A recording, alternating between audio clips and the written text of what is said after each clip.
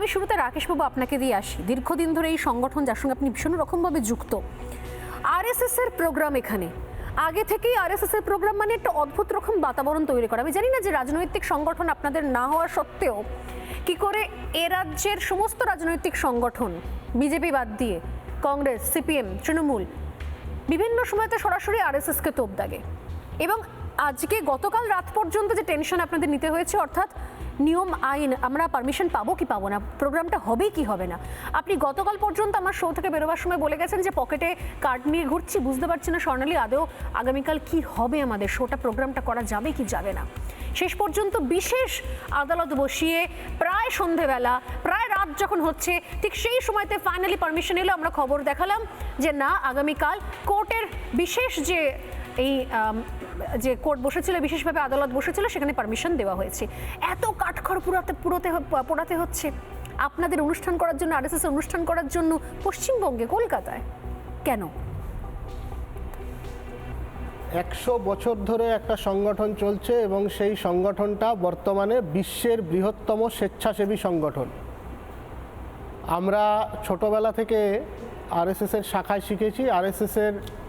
RSS abbreviation আমাদের প্রথম রাষ্ট্রীয় স্বয়ংসেবক সংঘ শেখানো হতো না, আমাদের শেখানো হতো রেডি ফর সেলফলেস সার্ভিস। সেই জায়গায় দাঁড়িয়ে এবং সেই সঙ্গে সঙ্গে আজকে ভারতবর্ষের প্রধানমন্ত্রী, ভারতবর্ষের স্বরাষ্ট্রমন্ত্রী, ভারতবর্ষের অনেক সাংসদ, ভারতবর্ষের অনেক রাজ্যের মুখ্যমন্ত্রী সহ বিভিন্ন ক্যাবিনেটের পোর্টফোলিও হোল্ডার যারা আছেন, তারা সকলে এই সংগঠনের সঙ্গে যুক্ত। আজকে যে অনুষ্ঠানটা হলো সায়েন্স সিটি অডিটোরিয়ামে, শেষ পর্যন্ত সমস্ত বাধা বিপত্তি কাটিয়ে, সেখানে নিমন্ত্রিত কারা ছিলেন? নিমন্ত্রিত ছিলেন যারা পশ্চিমবঙ্গের অত্যন্ত বিশিষ্ট ব্যক্তি, যারা পশ্চিমবঙ্গের নাম সারা পৃথিবীর সামনে উজ্জ্বল করেছেন। কাজী স্যারাজ নিমন্ত্রিত ছিলেন।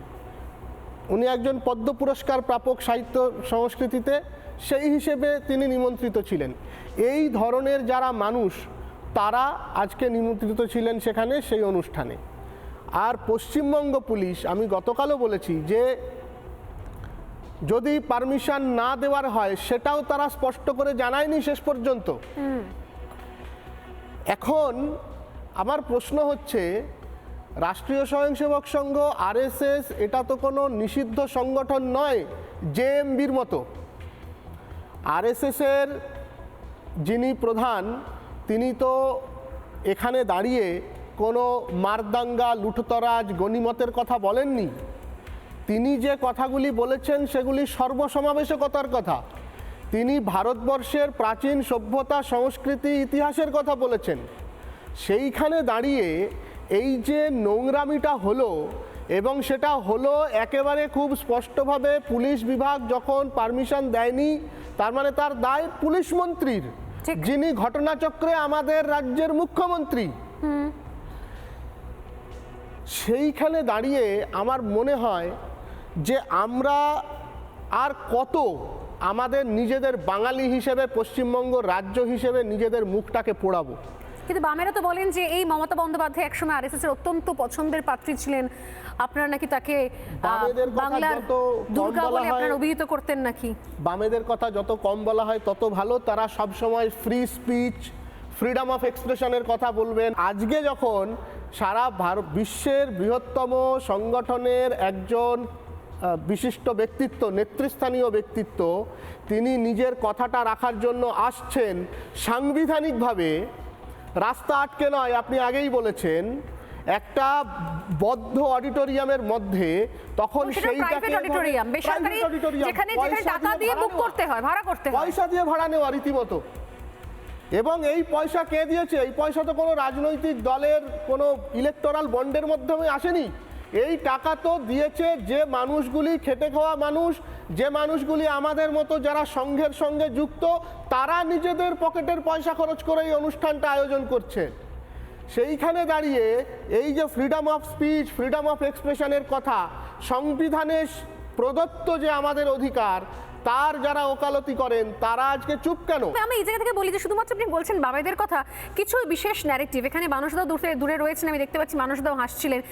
বিগত সময় 100 বছর উপলক্ষে আমি দেখলাম হঠাৎ করে যেন সোশ্যাল মিডিয়াতে আরএসএস খুব ফেমাস হয়ে গেছে, কারণ বেশ কিছু ন্যারেটিভ সেগুলো বারবার করে ভাসানো হচ্ছে, কন্টেন্ট বানানো হচ্ছে।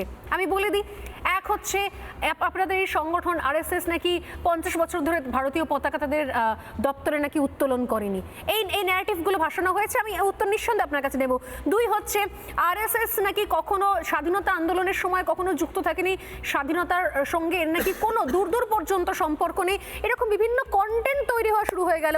আমি জানি না যখন অপারেশন সিঁদুর চলছিল আপনাদের মনে থাকবে, তখন রাস্তায় একাধিক বামপন্থী অতি বামপন্থী দল রাস্তায় নেমে পড়লো এবং তারা হাতে একটা সাদা খাতা নিয়ে বলছে যে আমরা কেন জানতে চাই কেন পাকিস্তানের বিরুদ্ধে অ্যাকশন হচ্ছে, এবং তারপর তারা বলছেন যে আরএসএস এর অবদান কি বলে খাতার পাতা উল্টাচ্ছেন, সাদা খাতাতে বলছেন যে এরকম আরএসএস এর অবদান হচ্ছে ভারতের স্বাধীনতায়।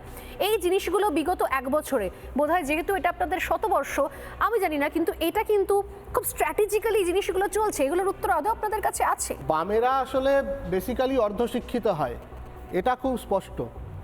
ভারতবর্ষে একসময় যে ফ্ল্যাগ কোড ছিল, পুরনো ফ্ল্যাগ কোড যদি কেউ ঘেঁটে দেখেন তাহলে ওখানে স্পষ্টভাবে দেখা যায় যে সরকারি অনুষ্ঠান বা সরকারি অফিস ছাড়া ভারতবর্ষের জাতীয় পতাকা উত্তোলনের অধিকার কারো ছিল না। ঠিক, এটা তো আইন ছিল। এত সমস্যা কোথায়? নানা ধরনের কন্টেন্ট দেখার জন্য লাইক করুন, শেয়ার করুন আমাদের ফেসবুক পেজ, সাবস্ক্রাইব করুন আমাদের ইউটিউব চ্যানেল। পাশাপাশি অন্যান্য ব্রেকিং নিউজের জন্য অবশ্যই চোখ রাখুন রিপাবলিক বাংলায়।